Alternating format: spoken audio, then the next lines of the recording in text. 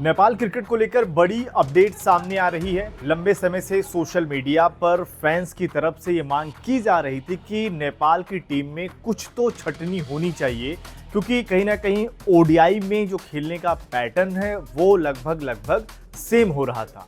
Finally उन्होंने शुरुआत करी है और ये शुरुआत उन्होंने अपने कप्तान से कर दी है।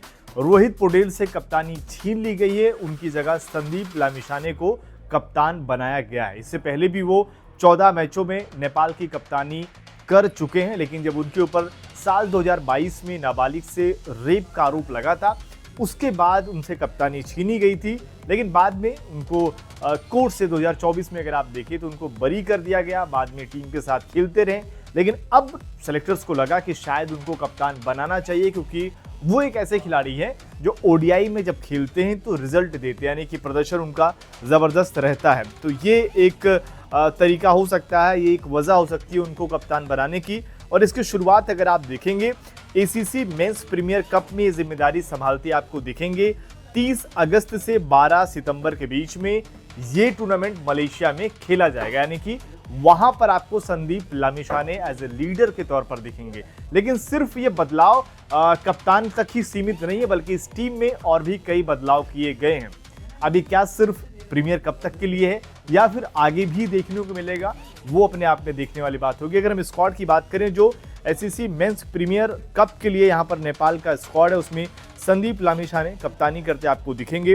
रोहित पौडेल हो गए, इसके अलावा आसिफ शेख, अर्जुन यहाँ पर टीम में आपको दिखेंगे। देव कनाल हो गए, दीपेंद्र सिंह अरी, बशीर अहमद, ईशान पांडे, गुलशन कुमार झा, शेर मल्ला, ललित राजबंसी, करण केसी, हेमंत धामी, संदीप जोरा। ये स्क्वाड है नेपाल का। इसमें आपको कुशल भुरतल नहीं दिख रहे हैं। इसके अलावा ये जो आरिफ शेख भी आपको नहीं दिख रहे हैं। कई सारे खिलाड़ी अगर आप देखेंगे तो इस टीम का हिस्सा नहीं है, लेकिन वो तमाम खिलाड़ी आपको दिखेंगे जो पिछले कुछ समय से डोमेस्टिक क्रिकेट में भी नेपाल के लिए बेहतर किया है। अब ये देखने वाली बात होगी कि क्या कुशल भुरतेल को बाहर क्यों किया गया, क्योंकि कुशल का प्रदर्शन अगर आप देखेंगे तो इतना खराब नहीं था। हमने ज़रूर उन पर बात करी है कि कंसिस्टेंसी कहीं ना कहीं एक बड़ा रोल रहता है कुशल भुरतेल की बल्लेबाजी में, कि आज रन आ गए, अगले 3 मैचों में नहीं आते। लेकिन पिछले कुछ समय से थोड़ा उन्होंने अपने आप को बेहतर किया था।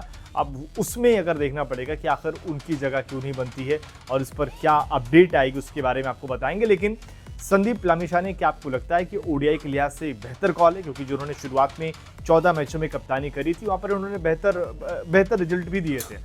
रोहित पौडेल के बारे में भी अगर आप देखें, क्योंकि कप्तानी छीनी गई है, तो ऐसा नहीं है कि उनको हम सीधा विलन ही बनाना शुरू कर दें। यहाँ पर संदीप लामिछाने के जाने के बाद, एक कैप्टनसी यानी कि छोड़ने के बाद जब जिम्मेदारी यहाँ पर रोहित पौडेल ने संभाली, तो ऐसा नहीं कि उन्होंने बहुत ही खराब कर दिया।